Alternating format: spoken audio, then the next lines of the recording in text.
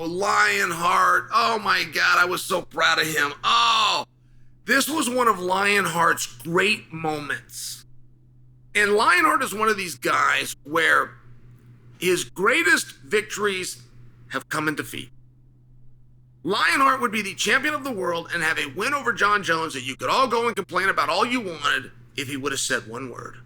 And if any of you were in that position, you would have said the word.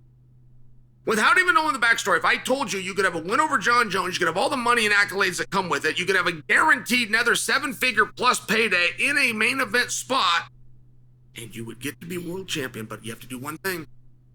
It's not a hard one. It's not complicated. I'm not going to tell you something crazy here where you got to jump out of an airplane. All you have to do is say the word yes. All Lionheart had to do to be the world champion was say the word yes. He said no. And it was one of his crowning moments. It is what the UFC most respects about him. It is what the locker room and the fellow fighters most respect about him. And I got to tell you, I would not have done it. I would have said yes. But that is a character flaw on my part and a strength on his. Anthony lost a fight last night. And I guess. You know, I don't dispute the decision in the least, but there's sometimes that you lose fight. There's sometimes that time runs out. And the difference is really just in the last 30 seconds. The guy that lost and he knows that he lost, he knows what the judges are going to say, is either coming at the guy and he's trying to lose by less. When you have a guy like that, that's where you have a situation where time ran out. I don't really know who's the better fighter, the more durable guy, but ultimately this whole sport is supposed to be a microcosm. If we threw a bunch of guys in an alley, who's going to walk out? Right? But we put parameters and controls and do it to save. But ultimately, that's the question.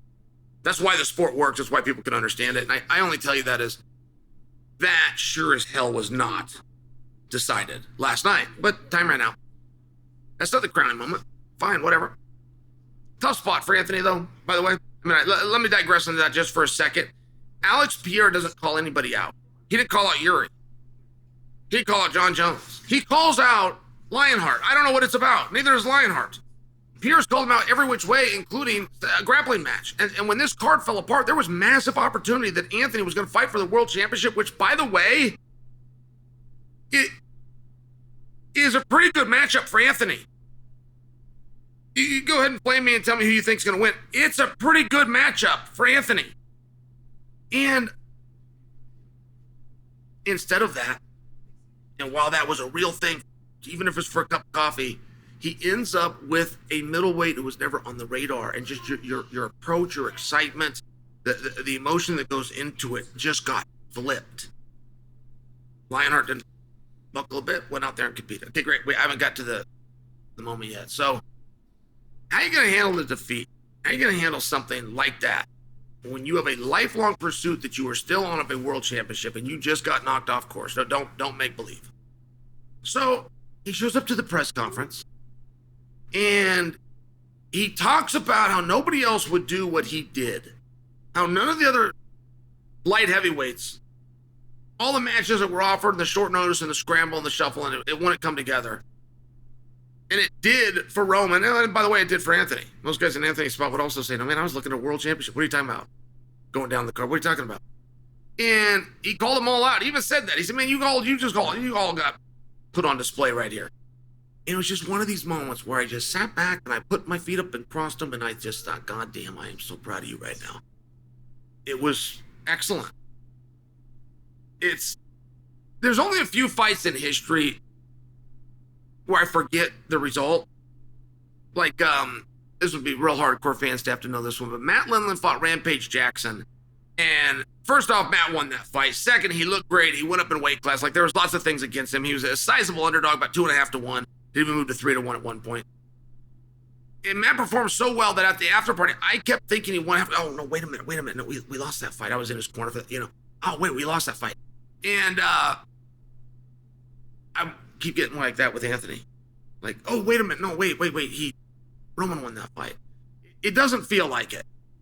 That's not a knock on Roman. Fair and square. I'm not disputing the decision. What I'm saying is, it doesn't feel like Anthony lost. It doesn't feel like that's not a guy whose next fight isn't going to be a main card pay-per-view. It doesn't feel like that he could be in a co-main event of a pay-per-view. It doesn't feel like Alex Pereira is going to stop calling him out. Like, it was just one of those moments. And you had that in conjunction with what was going on with Ige. Man, it was a cool move. Guys that are willing are a real throwback. The guys that actually want to do this, they see it as an opportunity. They see it as a sport, and they put the sport and they put the company in front of themselves. It used to always be that way. But when I say used to, I'm talking about back in the 90s. It's been 20 years since we've seen guys like Anthony Smith.